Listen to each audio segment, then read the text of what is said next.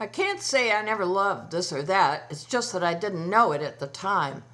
I've always loved shadows, sun and clouds. I used to wonder how rain and sun and clouds coordinated so that when sun came out, rain would stop. You'd feel a drop of rain and you'd hear it ping, ping, and suddenly the sun was gone. Clouds were gray, and it was raining. At 7, I could step in and out of our garage and make the sun come out again. I could also make it rain. I love garages. I've been well acquainted with 7. Memphis, Toledo, Memphis again, Charlottesville, Baltimore. The first garage looked like our barn, except that instead of a hayloft, there was an unheated apartment for the hired help. And the hired help in 1946 was a Negro couple, Mr. and Mrs. T.B. Burton, who worked for us.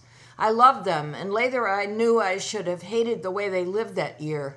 They'd come up with us from hot Memphis to icy Toledo. No electricity, no running water. How could my parents have allowed that?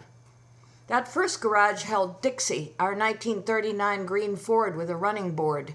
I loved that car, especially in 1963 when I got a VW Bug. My Mendelssohn was the same shape as Dixie and also had a running board. I love car trip memories. One time on the road from Memphis to Toledo through freezing sleet, Mendelssohn was glazed with an inch of ice and I had to go to the bathroom. I pulled into a gas station and honked. A man came out with a benzene torch and melted the ice around my door to get me out. The garage in the house on Dundas, that's where I found a dead robin, squirming with maggots, which I'd never seen before. Also, a mud dauber wasp built her nest on the ceiling, and I figured I'd remove it. I climbed a ladder with a broomstick and jabbed at the hard nest. When the cells broke, zombie spiders dropped out on my head. The wasp had put drug spiders there, 1 per egg, to feed the larvae when they hatched. That was the second time I jumped off a ladder. I love that many of my memories have wheels. Me at age 4, upholstered in bed pillows, learning to roller skate. The go-kart Daddy made, canvas stretched over a wooden frame sprayed with aluminum radiator paint, a steering wheel, and 4 radio flyer wagon wheels. The streetcar in Memphis with my grandmother to go to the zoo to see the new panda, which looked like my stuffed toy. And how I love the Omaha train station at 2 a.m., 1960.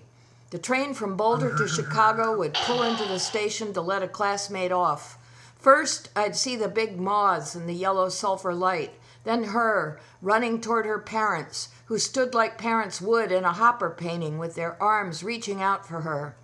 I love those station lights, like I love the stars Daddy and I looked at when I was small. He told me that the stars we saw were turned on millions of years ago, and the light was just getting to us. I knew I loved it in 1963, but even more now, riding in Sammy Hardison's pink Cadillac convertible, tail fins as high as our elbows. 7 of us crushed each other all the way to Beale Street. We'd climb the tall stairs to the all-black club handy. It was Memphis. It was Rufus Thomas and Walking the Dog. We danced. There I am on roller skates in New York City, 1979, showing off in Central Park, dancing with men with dreads and girls with tight sweaters. Skates made me 6 feet tall. Power. Once I skated around the World Trade Center during construction and saw ants coming up from the sand around the pilings. I didn't know I loved being young because I didn't think of it as being young until I wasn't. I'm not sure I love being old, but it's better than nothing. I don't like having arthritis, being hard of hearing, but I can still dance. I type like crazy. It's raining cats and dogs at my house. I've got a garage. I make art.